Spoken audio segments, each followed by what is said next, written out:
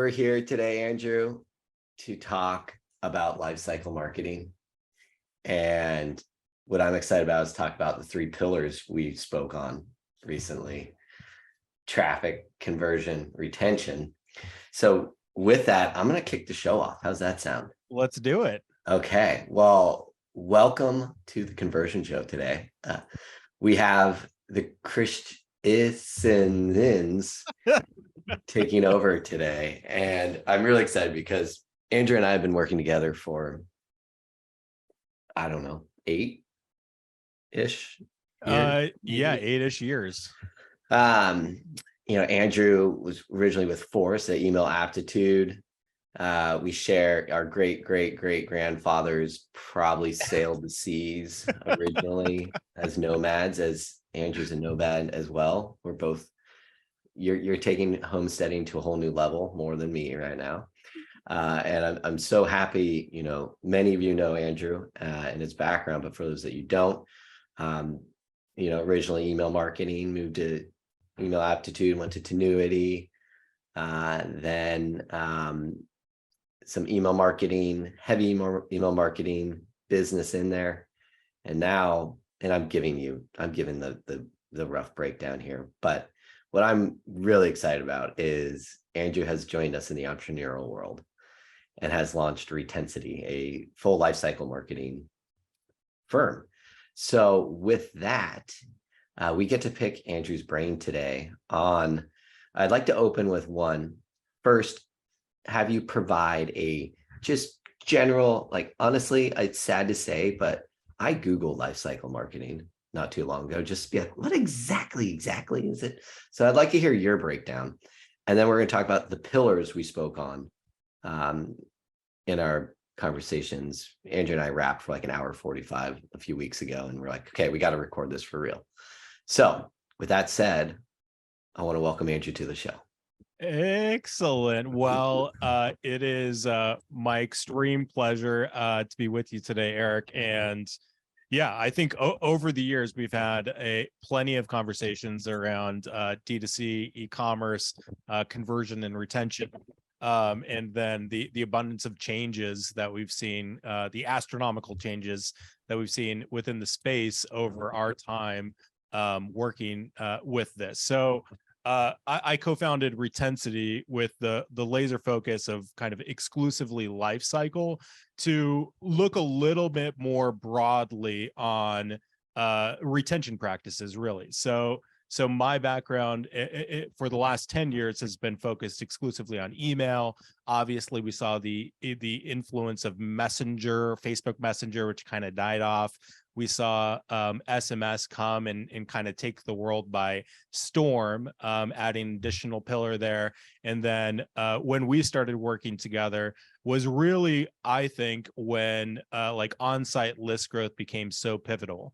And so the reason why Justuno and I personally have had such a strong relationship is Justuno has always been an essential tool when we're talking about growing subscribers and list growth, particularly in regards to building a robust email marketing program, SMS marketing program. And one of the things that we do as an agency is manage Justuno technology in order to enable that like on-site conversion as best as we possibly can. And it's not just getting the sale right then and there, which I know is a lot of what Justuno is evolving into.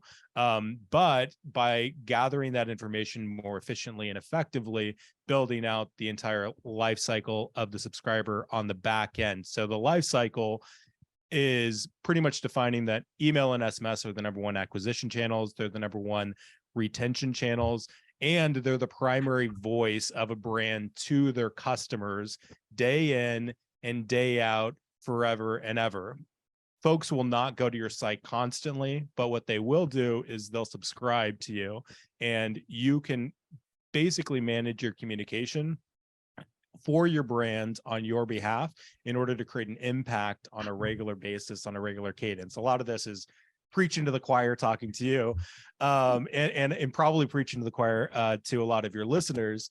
But I do believe it's an essential component, and I like to look at retention more broadly as life cycle, because I don't think it's just about like, saving the customer and making sure that we're not churning people.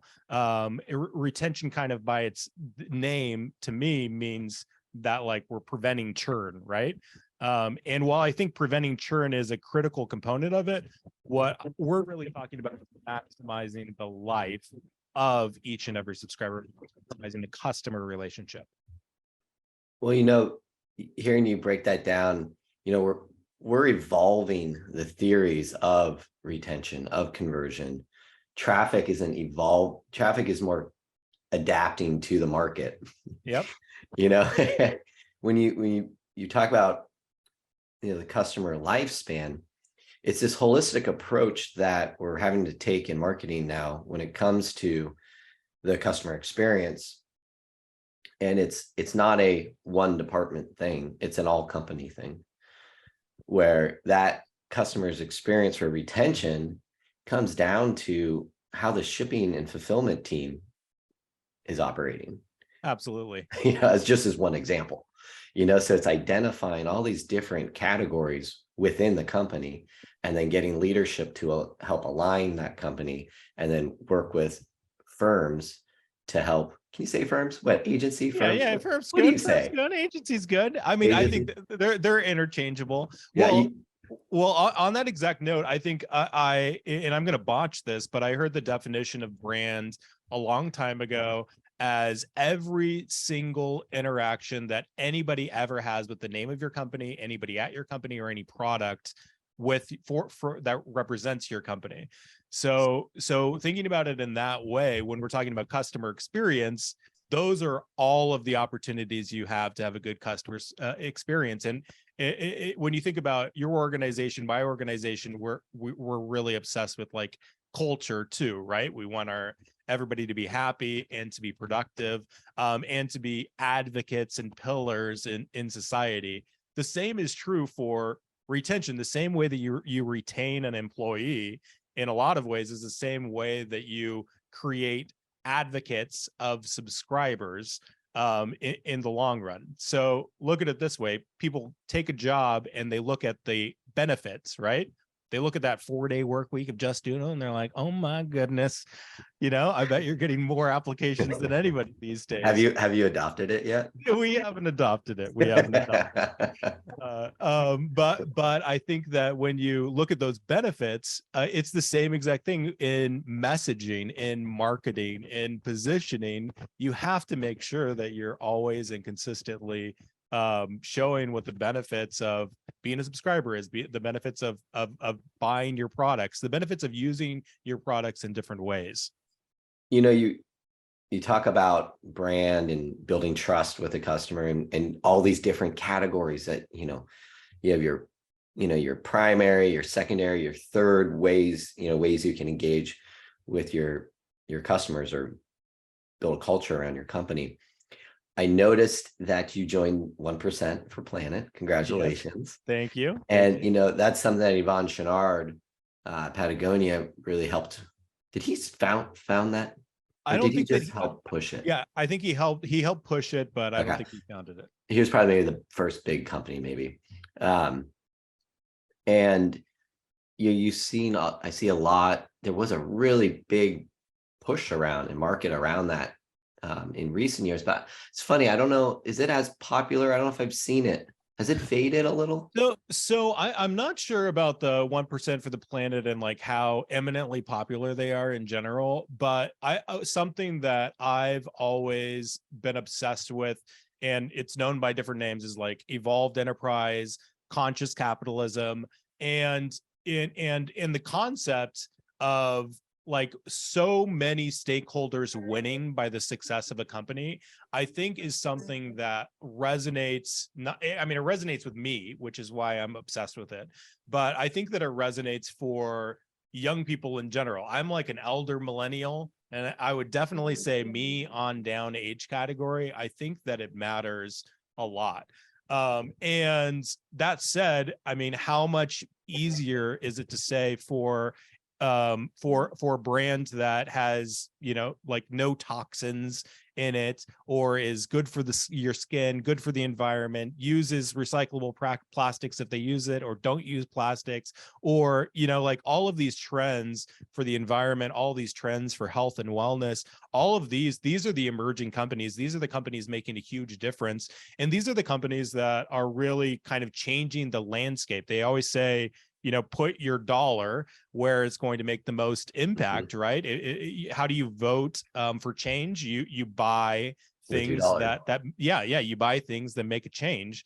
And I've personally seen, like, in the cosmetics industry, as well as in like the home health industry, I've worked with clients that were kind of early adopters in like getting rid of toxins and chemicals.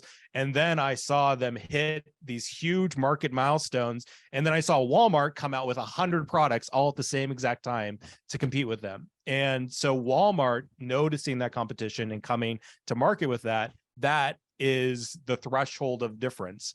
And as this becomes more and more mainstream, yes, you can make your products like that, or you could organize your entire company around that. And for us, 1% for the planet is one portion of it. Also doing philanthropy for our local food banks and communities, where $1 can go a really long way, in whether it's like planting trees in Africa or serving food down the street. So we have it aligned that not only when customers are working with us do they get incredible life cycle services, but in addition to that, they get the relationship with us. They get recommendations for partners like Justuno from us. They also benefit their customers by giving their customers a better customer experience. And then they also benefit society by a portion of everything that they pay us goes towards the environment, goes towards food banks, goes towards society as a whole. So seeing that as so many stakeholders winning from those outcomes, I think is a compelling proposition. And that's a lot of why we thought it would be an essential portion of how to structure the organization. Well, congratulations. It's it's one of those things. Every time I see companies participating in that, it makes me, it's that consumer psychology. It's like, oh, you immediately associate them with brands like Patagonia, and with, it's this elite group that there's a lot to be said about it. And which gets into the customer experience and trust when shoppers are going to websites and trying to, for the first time, trying to, it's their first date, trying to figure them out. That is one example of yet another little subcategory that a retailer can leverage as a competitive advantage over Amazon. Absolutely. And so it's interesting because that Amazon had the Smile program. I'm not sure if you're aware of this, but it was smile.amazon.com, and you could go to smile.amazon.com and you could actually a portion, like your affiliate fees that they would pay out to like an affiliate would go towards a philanthropy of your choice. But they announced that they're sunsetting that recently. In D2C lands, you could do EcoCart, you could do Shopping Gives, and these are two rad technologies that basically make it so that you can either plant trees or you can give to any philanthropy that you want, and your customer can choose to do that on checkout. And it was fun. I shopped Sheets and Giggles and bought some bed sheets. Yeah, and I donated to Sea Shepherd. That's rad. And it was a really cool experience, and I love how I got to select. And it's these type of creative ways of having fun with your company and like doing things that separate you. They're differentiators. So add it to the list of but how do you introduce, like, you have this whole list, and when you work with clients, how do you let's talk about when you're working with a client in terms of how do you prioritize what you're going to present to a client? Because with conversion and retention, there's, like I said, there's a laundry list that can be done, but you have to prioritize and get buy-in. Yes. I mean, I think that so for the brands that we're working with, we're I mean, obviously they need some sort of unique value proposition that is strong and compelling. One of the things that we're talking about in regards to actually having that like kind of conscious capitalism sort of scenario where you get to choose where to donate your dollar, that portion I would categorize almost under like risk reversal. So having various methods of like risk reversal in order to ease the friction between purchase is something that is huge for conversion, but for us also in messaging and being the voice of the brand to the customer. When we're merchandising emails, it's things that we want to include on a regular basis. Now, how do we prioritize what takes highest priority and what we're working on a consistent basis? For us, there's a pretty clear hierarchy. Our goal is relationship and engagement, but it's also very much revenue oriented, right?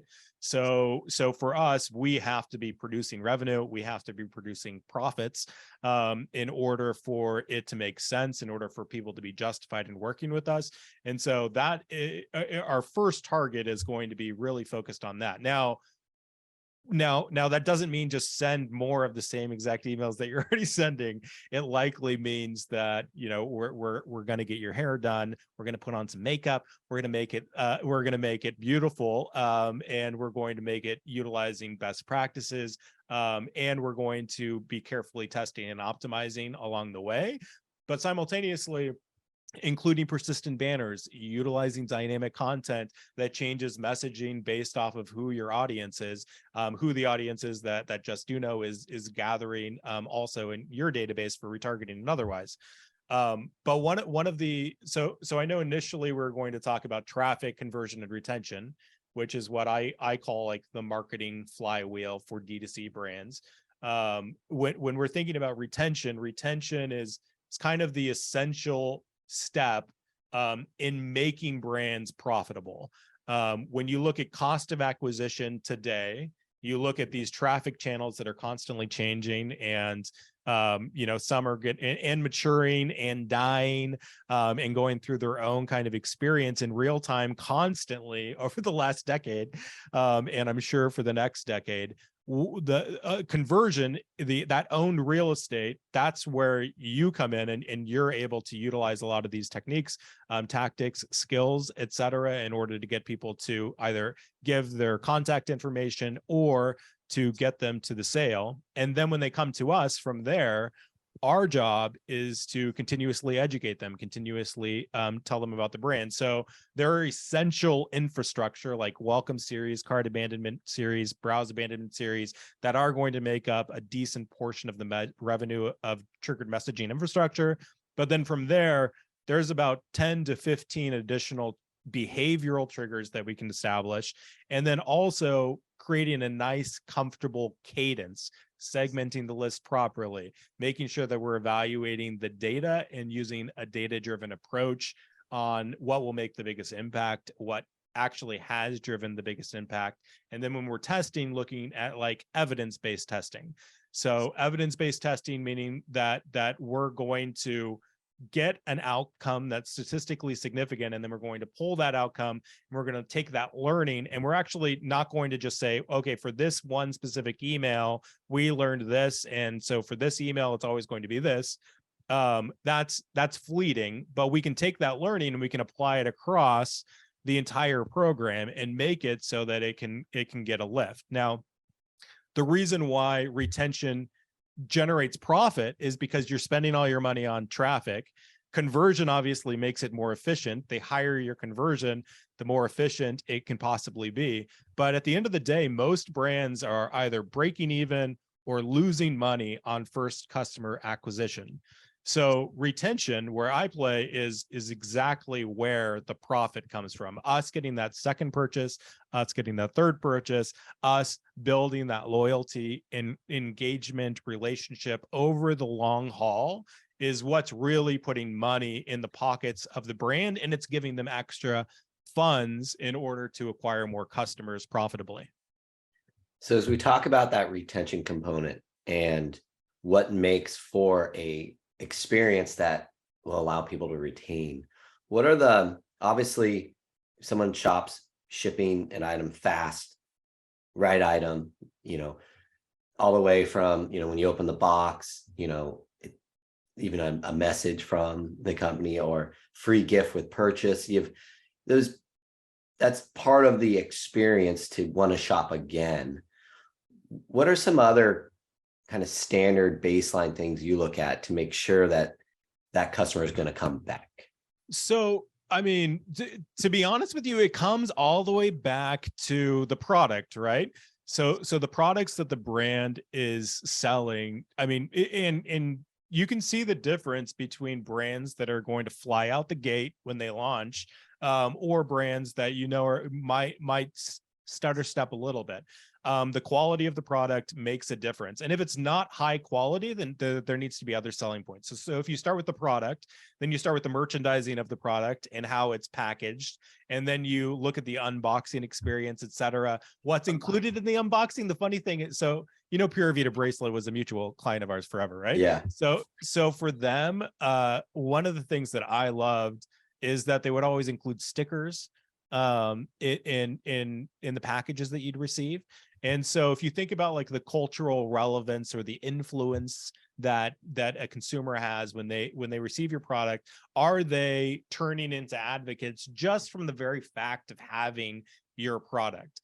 And then they're receiving emails and messages and telling them more about the company, telling them more about the story, telling them more about the conscious capitalism that the organization stands for. And really they're getting indoctrinated into the brand at this process. So I would say customer experience is everything from the product to the physical experience of having it to the messaging that's coming consistently from the brand or otherwise for it. And you bring up Patagonia, and I want to say it's Patagonia. It might be REI. Who's the opt-out side? Was it REI? The opt-out side, the what? Yeah, opt-out side so Black Friday, Cyber Monday. Oh yeah, they said we're closed. Yeah, so they said we're closed, and they're doing that every single year. But when that first came about, I mean, other than Amazon promising drone delivery that never happened, I would say that was the best campaign that I've ever seen for resonating with their audience, knowing their customer, knowing their demographic, knowing what their values are. And I think that this stretching of making sure that you're aligning your values with your product, your communication, and your customers' values, and this concept of even conscious capitalism, I think that it really puts legs under any organization. Now, can you not care about the environment? Can you not care about sustainability? Can you ignore all of that stuff and still be successful? Yes, you can still tactically do a lot of things and build engagement and do risk reversal and do all of the best practices and still be a very successful organization. But I think having an edge by aligning your values with your customers' values, and then really taking it seriously goes a long way. So you have the communication arm of retention, i.e. email, maybe social, communicating the messages. And then you have these creative campaigns, like strategies, such as like unboxing, like you mentioned. Talk about user-generated content that can then turn into free marketing dollars, like all the unboxing videos, etc. I mean, so beyond, so I'll say, I mean, I think that you stated it right there, right? So the better experience that you create, the more shareable experience that you create, the more likely it is going to actually be shared. But I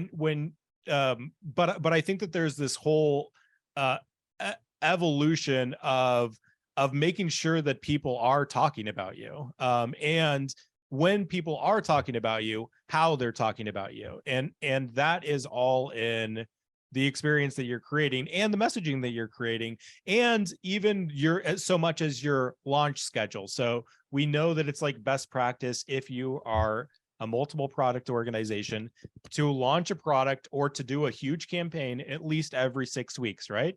So if you think about it from like a email cadence standpoint, somebody emails you the same exact thing for 6 weeks in a row, you're going to be pretty dang tired of them. But if if we can do a variety of messaging about a variety of different topics and a variety of different passions and a variety of different points of view, and then every 6 weeks there's this big launch or some big media event, and then we can alter the conversation and we can build up to that, and then we can announce that, and then we can transition.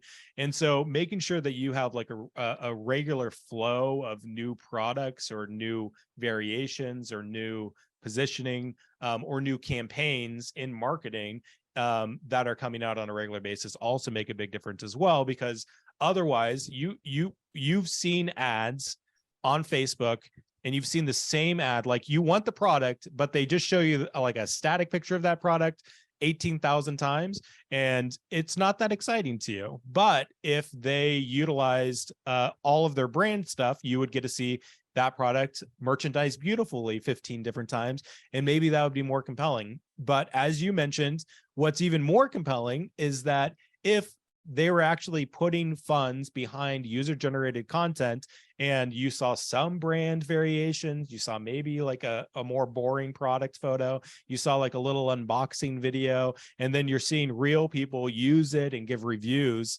in that are just like you, that's going to be super compelling, and it's going to give you the perception, especially of the influence factor of social proof. And of all of the influence factors out there, I personally believe that social proof is the driving change. It is like influencer marketing is a powerful mechanism.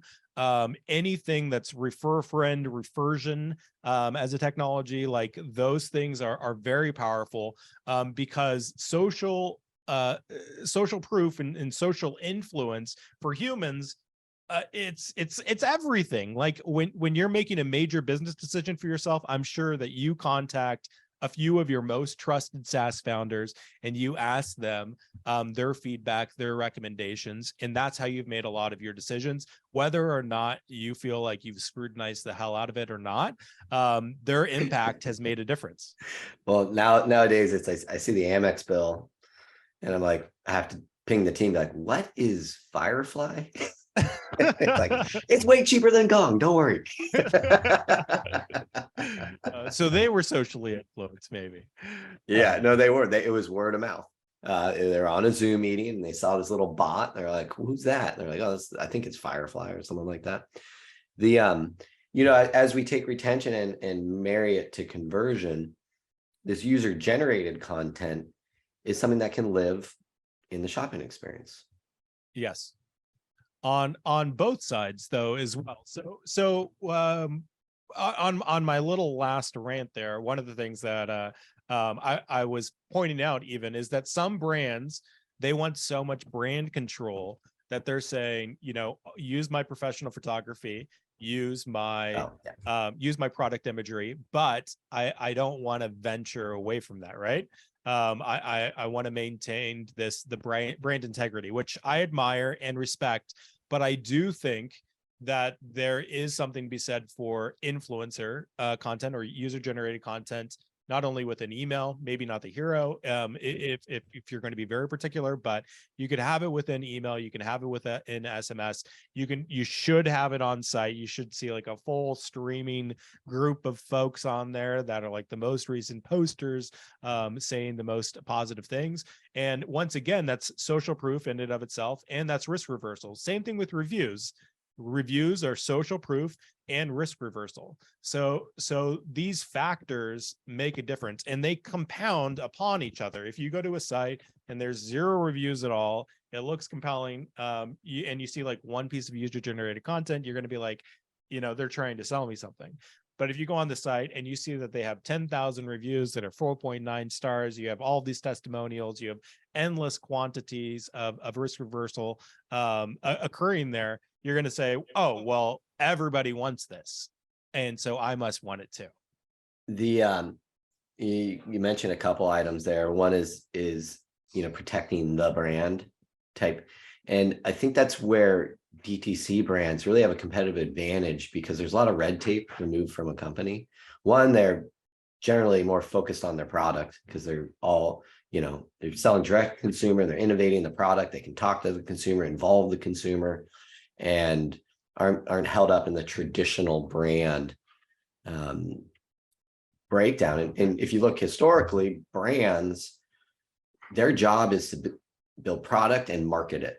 Yep. And it was just, then they'd have a distributor that would retail it. So we've been in this transition phase the last 10 years of brands trying to figure out how to retail, failing.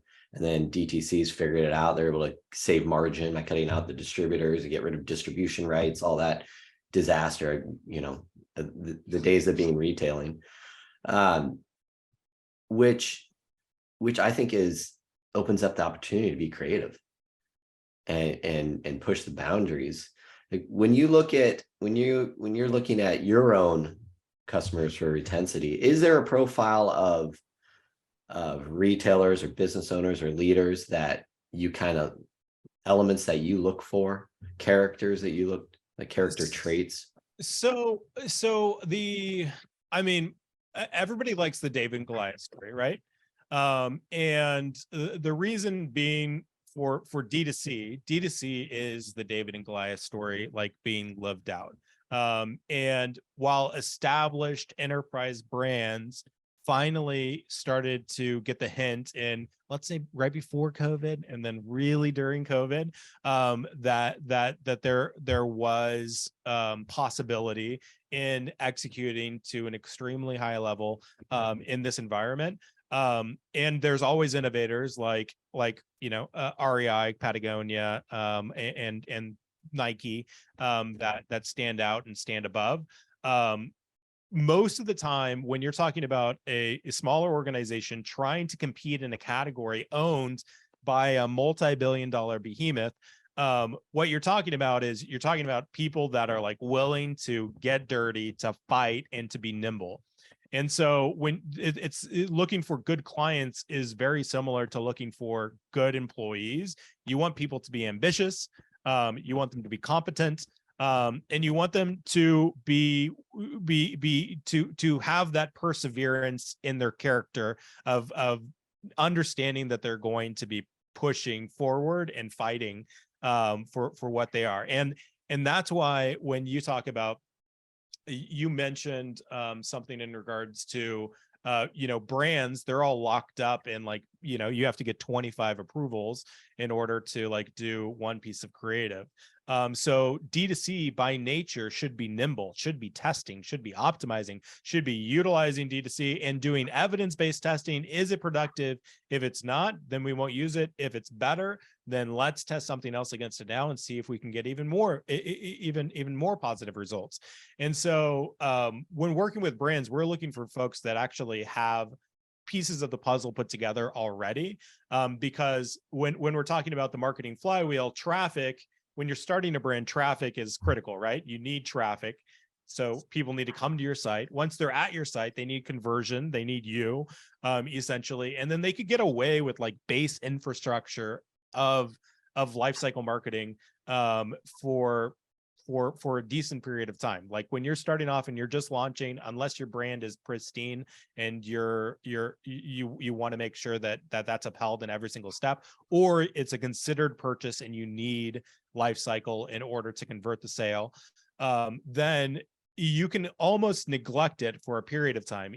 I mean, you should still lay it out and you should still optimize it, but just at a basic level. But once you're 4, 5, 6 million in annual revenue, you're leaving a massive amount of money on the table by not making your lifecycle program the bedrock of your brand. I mean, just take, for example, that we know everything about your customer. So we also know who's buying, who's not buying, where they're located, who's churning, who's not churning, who the VIPs are.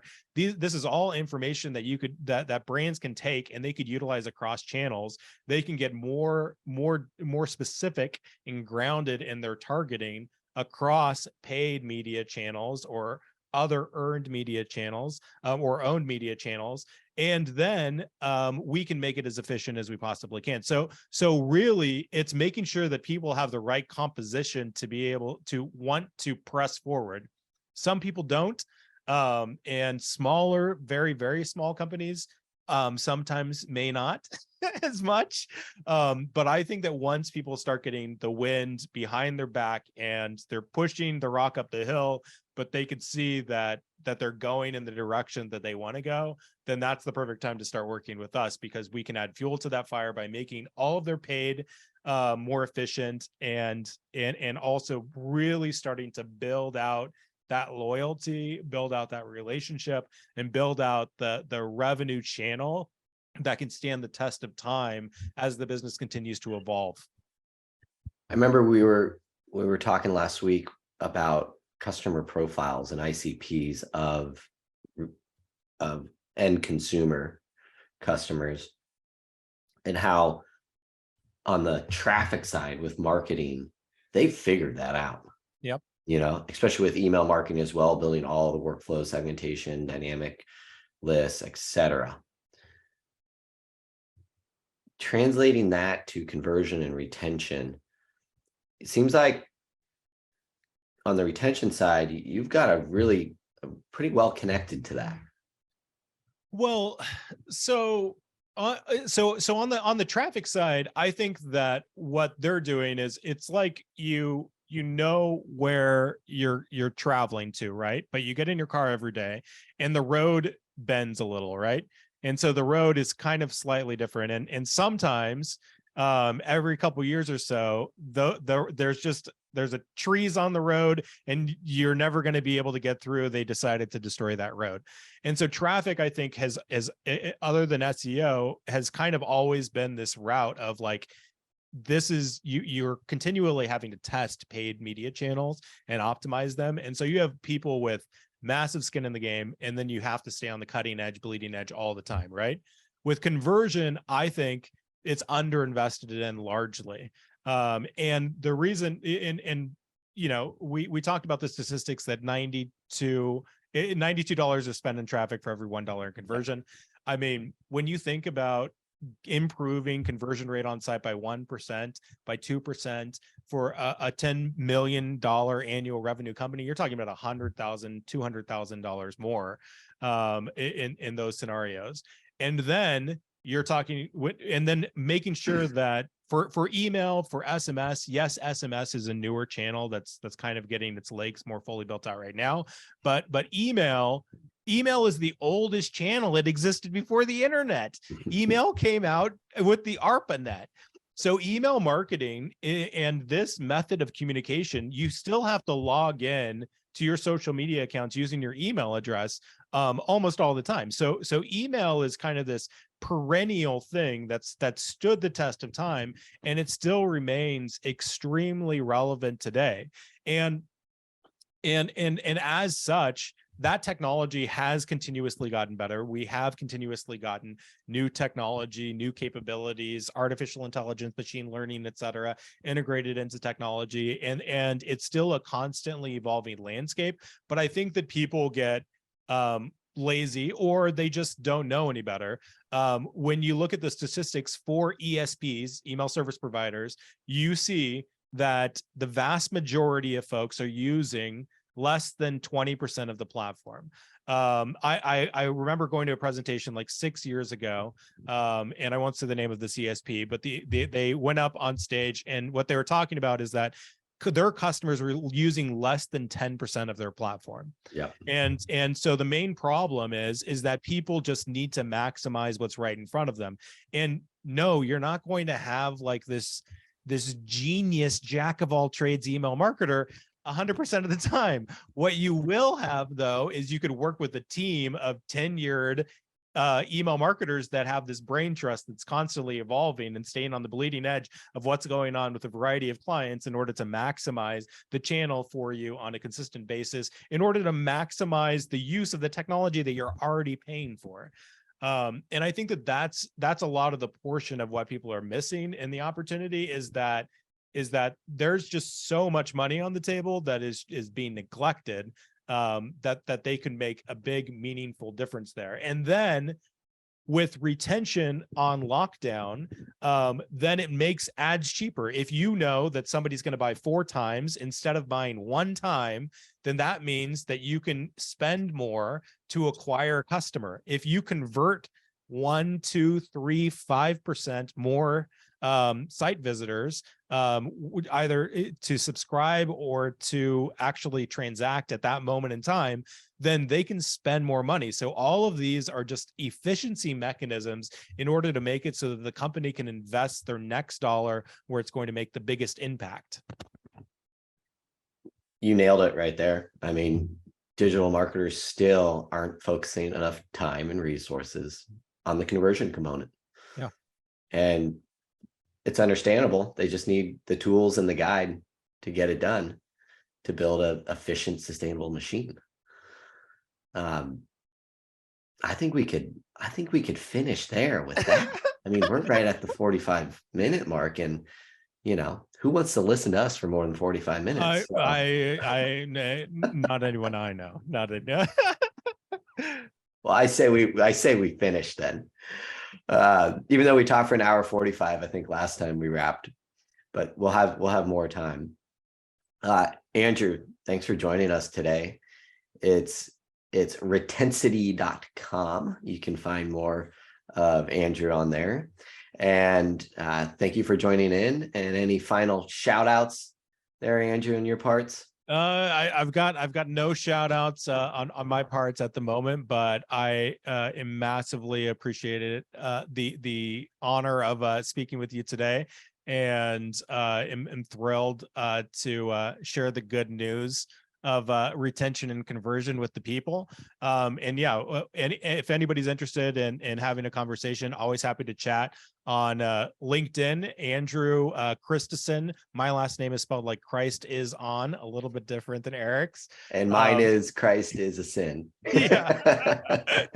And then of course you could find me at retencity.com, and happy to chat about all things retention and lifecycle with you. Great. All right. Well, thank you. Hope everyone enjoyed. Thanks. Bye-bye.